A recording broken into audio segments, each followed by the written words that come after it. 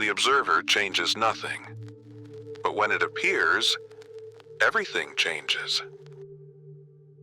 Have you ever stopped to observe the one who observes? I'm not talking about looking outward, but about that blind spot you never question. The place from which you believe you see. That voice that comments, judges, defines everything you do, think, or feel. Who is it? And why have you believed it all this time? Many begin the path of self-knowledge as if they were searching for something outside themselves. But what no one tells you is that this search is often led by the very obstacle you're trying to overcome. You.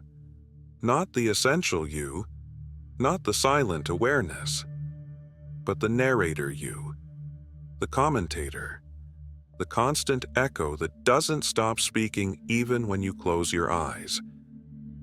Krishnamurti dropped it like a cold blade. The observer is the observed. It's not a pretty phrase for social media, it's a bomb, because if that's true, everything changes. There's no longer distance between the one who sees and what is being seen.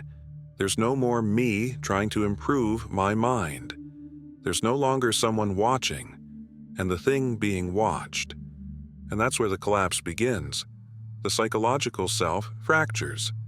Because for the first time you realize the voice trying to meditate is the same one that interrupts. That the judge evaluating your spiritual progress is just another disguise of the ego. That voice that narrates your day, that corrects you, that praises you, that blames you, is not you. It's just noise. An ancient murmur you've learned to identify as identity, but it doesn't see. It only reacts. It doesn't listen. It only interprets. It doesn't observe. It only comments. Want to know what the true observer is? It's the one just behind the one trying to understand. It doesn't speak. It doesn't judge. It doesn't interrupt. It just is. It is that pure silence that remains present even when everything else collapses. And this won't be a journey toward something new. It will be a dismantling, a fall, a farewell to all those voices you once believed were you. Because the seeker is the sought, and everything you're trying to reach is already looking from within. It doesn't judge. It doesn't correct. It doesn't label. The true observer doesn't need to say, this is right or this is wrong. It simply is. Effortless. Uninterfering. Like a fire that doesn't try to burn, but still burns. Want to see it? Don't look for it.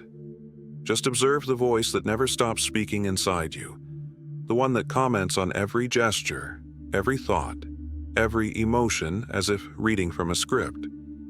Don't try to silence it. Just watch it. Let it scream. And stay there, unmoving. Because what most people never notice is this. That voice, the narrator, the judge, the entertainer, is not you. It's an echo, a habit you learned since childhood, a shadow formed by your history, your fears, your unresolved desires. Sometimes it punishes you, sometimes it praises you, but it always reacts, always interprets, never sees. And because it's been there for so long, you mistook it for identity. But intimacy is not the same as truth. Just because something sounds familiar doesn't mean it's you. And one day, without warning, the key moment arrives. Between one thought and the next, everything stops. Just a second. You're not thinking. You're just there. Aware. It's not reflection. It's not analysis. It's presence. And something appears that has no shape or name. The one who observes without interfering. The one who watches the storm pass without stepping into the rain. The one who witnesses fear without needing to hide. The one who sees sadness without rushing to fix it. That can't be manufactured, it can only be recognized. And when you do, the game changes. Because you no longer need to fight the voice. You no longer need to defeat it. You just see it, without moving. And curiously, by no longer resisting, it starts to fade on its own. The common mistake is trying to use the observer as a hiding place, as if it were a safe zone, an inner corner to escape to. But it's not a refuge. It's not somewhere else. It's the same space where everything happens. But without resistance, without friction, without argument. As Alan Watts used to say, you don't have to try to be yourself. You already are.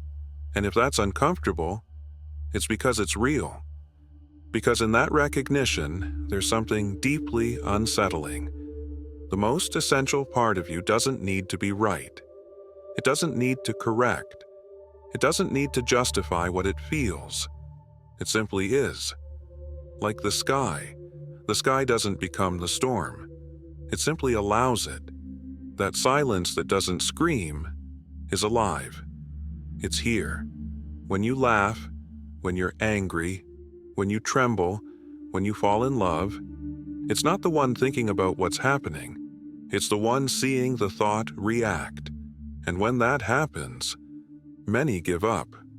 The mind wants to understand, to label, to explain, to turn everything into words you can repeat over dinner or share as deep quotes on social media. But the observer cannot be translated. Not because it's complicated, but because it's too simple, so immediate, so intimate, that the mind slips every time it tries to grasp it. That's why so many who talk about it contradict themselves. Some call it God. Others call it emptiness. For some, it's the soul. For others, pure awareness. Krishnamurti named it choiceless attention. The Upanishads called it Atman. The Buddhists recognized it as Rigpa. Marcus Aurelius sensed it every time he observed himself from the outside, like a stranger within himself. Different languages, same experience, a consciousness that sees everything but becomes nothing. And here is the beauty of it. When you discover that the observer is silence, you understand that silence is not the absence of life, but its purest form. Thoughts move, emotions stir, the body ages, but that background presence that sees without saying anything is always there. You don't have to believe in it. You only have to remember it. Has it never happened to you? Staring at the ocean, watching a flame dance, listening to a song that for a few seconds made everything stop. And you weren't thinking. You weren't analyzing, you were simply there. What you felt in that moment wasn't distraction. It was presence. It was the observer peeking through without warning, not as something separate, but as what had always been underneath it all. And that's why it's universal. The one observing your thoughts right now is the same one who observed Buddha. The monk, the child playing, the elderly woman staring at the rain from a train in Japan. The experience changes. The one who sees does not. That background is a dustless mirror. It reflects everything without clinging to anything. And the more you recognize it, the more you understand that your name, your story, your wounds, your plans are just passing forms, layers, temporary. What remains, when everything else falls apart, is that which simply sees. The mind wants to solve. The observer doesn't. The mind compares, searches, analyzes. The observer simply is. And the most ironic part of all is that you don't need to become it. Because you already are, you've always been, you were just distracted by the noise. Returning to that is not an achievement. It's a return, a remembering. It was there between two thoughts, in the gap between one word and the next, in that invisible space between you and the world. So don't ask, how do I find the observer? Ask yourself, why do I keep forgetting it? There's something strange no one teaches us to look at. A feeling that's been with you forever. but that you rarely name.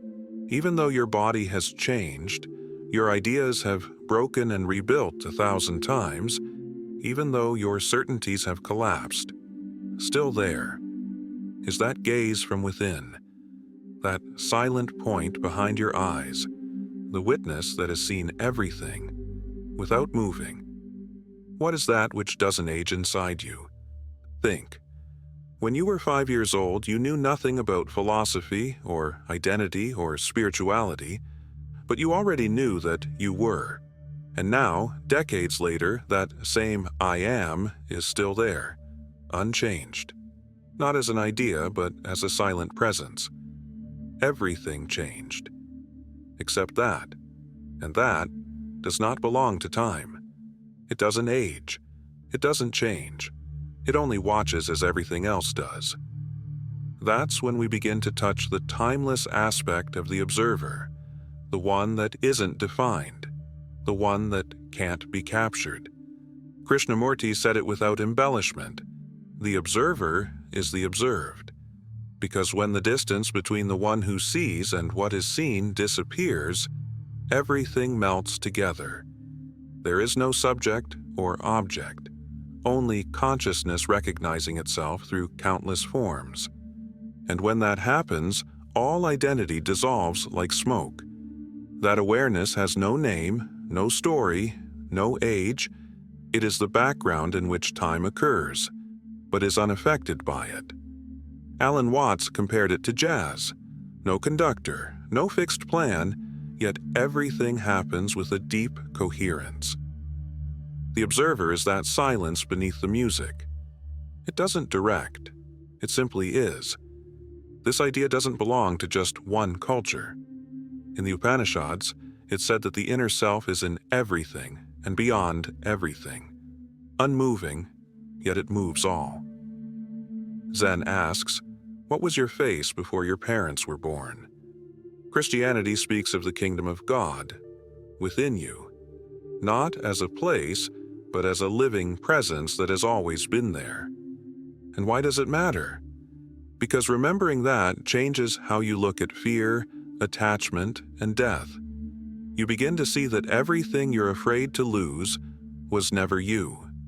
Your roles, your ideas, your possessions, your names, all of that was content, not the container. Anguish is born from the attempt to hold on to what, by nature, slips away. You try to stop the river with your hands, but the water cannot be held. And that's where suffering begins, not in change, but in resistance to change. The observer does not resist, does not cling, does not fear. It simply witnesses. That is freedom. Not the freedom to do whatever you want, but the freedom to not be dragged by what you are not. Eckhart Tolle said it with surgical clarity. You are not the voice in your head. You are the one who hears it. And here, something even more radical opens up. The observer is not yours. It is not a possession. It is not a spiritual identity you can add to your internal resume. It is not something you achieve. It is what was there when you first began to seek. It is the same in everyone. What changes is the content that passes, thoughts, emotions, experiences. But the space that perceives all of it is one. That's why, upon recognizing the observer, something in you softens. The walls fall. The separation between you and the others starts to seem like an illusion. The same silence that observes in you is the one observing in the other. The same immutable background behind your eyes is behind everyone's eyes. It's what mystics call universal consciousness. But you don't need to believe in it. It's not a matter of faith. It's a matter of seeing, of sitting in silence and observing until separation dissolves, until time halts, until all that remains is presence. As a Zen master once said, "Before enlightenment, mountains are mountains and rivers are rivers. During enlightenment, mountains are not mountains and rivers are not rivers. After enlightenment, mountains are mountains again and rivers are rivers again." When you see through the eyes of the observer, everything looks the same, but nothing is as it was before. We've reached the point where everything converges. What would it be like to live from that silent place? Not as a spiritual concept, not as a beautiful idea for times of crisis, but as a living practice. What if, instead of trying to change the content of your mind, you simply recognize the space that allows everything to exist? To live from the observer is to abandon the addiction to reaction. It's when something happens, a criticism, a compliment, a painful memory, and you're not immediately dragged by the emotional current. Not because you've become cold or indifferent, but because something in you has learned not to confuse itself with what appears. It's like sitting on the shore of a river, watching the leaves float by. Some are beautiful, some are dirty, some are frightening, others nostalgic. But you don't jump into the river to interfere with any of them. You simply observe, and by observing with clarity, you act with wisdom. The observer is not passivity. It is conscious presence that allows action free from the ego. That freedom is real. It happens in the moment you realize you no longer need to defend yourself from yourself. How many times have you felt imprisoned by obsessive thoughts, by emotions that felt bigger than you? And what if, instead of fighting them, you simply looked at them, without judgment, without haste, without trying to fix them? It's in that space that transformation occurs. Not because you tried to change, but because you stopped identifying. And here is the most beautiful part. The more you live from the observer, the more compassionate you become. Because you start to realize that others are also entangled in their own internal commentators. They're also reacting to old stories, trying to protect fragile identities. And when you understand that, a deep comprehension arises, a kind of tenderness for human suffering. It's not a sense of superiority, but of kinship. The anger of another becomes understandable. Their suffering touches you, because what you observe in them is the same thing you observe in yourself. As Rumi wrote, beyond the ideas of right and wrong, there is a field. I'll meet you there. That presence begins to change everything. You begin to truly listen, not to the voices outside, but to the life that was always happening without you noticing it. The brush of the wind on your skin, the echo of an unexpected laugh, the light filtering through the wall without asking for permission. Nothing new, but everything different. Living from the observer is not about becoming someone else. It's about seeing from another place. Before, you were the actor trapped in his role. Now you are the entire stage, the one who holds the play, without needing to perform. From there, everything becomes clearer. Not because problems disappear, but because they no longer possess you. They arise, they pass through you, they leave, and you remain here, present, unshaken. That is true peace, not a perfect state, but a space that doesn't need perfection to feel complete. As the Zen tradition says, sit, watch, do nothing. The world reveals itself on its own. Living from the observer is not about disconnecting. It's about remembering, moment by moment, that you are not the content of your mind. You are the space in which everything appears. You are not the cloud. You are the sky that allows it. And now listen carefully. You don't need to abandon your life. You don't have to run from your name, your routines, your relationships. You don't need to reinvent yourself.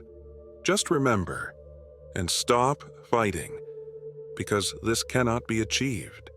It is allowed, like a leaf that doesn't resist the wind, like a breath that doesn't interrupt, like the silence that exists between two steps, and yet is still part of the dance. The observer is not conquered, it is only recognized. And when that happens, everything changes. not outside, inside. And now I want to speak only to those who made it this far, not out of curiosity, but out of real need, because something inside you can no longer tolerate being asleep, because you know you cannot keep repeating the same pattern. That's why I created more than a book, a manual, a map to deprogram yourself, to question everything, to rebuild from the root. Science, philosophy, critical thinking. No pretty phrases, no plastic spirituality, only raw truth, structured, precise. If you feel this is your moment, click the pinned comment and access the Manual of Self-Transformation now. Don't read it on impulse. Read it as if your life depended on it. Because maybe it does. And if you choose to enter, I promise you this: you won't be the same at the end of the path. In fact, this path hasn't even begun, because the starting point is also the destination. You won't find the observer in some shining future or at the end of a high spiritual process. It is here, now in this very instant, in the space where there is no more seeking. And if one last doubt still floats, let it be this: who within you is the one who's doubting? Before we close, I want to tell you something. One random morning, years ago, I sat at the edge of the bed. My head was a storm. Fear, decisions, noise, endless, clashing voices. And in the middle of all that, something happened that I didn't cause. A second of silence, not an external silence, one within. Something observed without doing anything. It didn't react. It didn't judge. It simply saw. And in that 1 second, I understood. I am not everything that happens. That realization changed my life. And ever since, silence has been my most faithful teacher. I didn't come here to give you a theory. I came to share that, an experience. If you made it this far, thank you. Not as an empty formula. Truly, thank you. For opening up, for staying, for watching. And now, before the algorithm pushes us toward more noise, do this. Subscribe, not out of obligation. Do it to have an anchor. Because yes, even those searching within silence need a conscious click. Leave a comment with this phrase: I am what observes. Do it as an act of presence, as a mark. Maybe someone will read it and wake up. Hit the like button if something inside you moved. That button is just there, still, like a good observer. And watch the videos that appear now. One might tell you something you didn't know you needed. The other is like looking in the mirror and realizing you were there all along. You're not alone. You never were. I'll see you in the silence.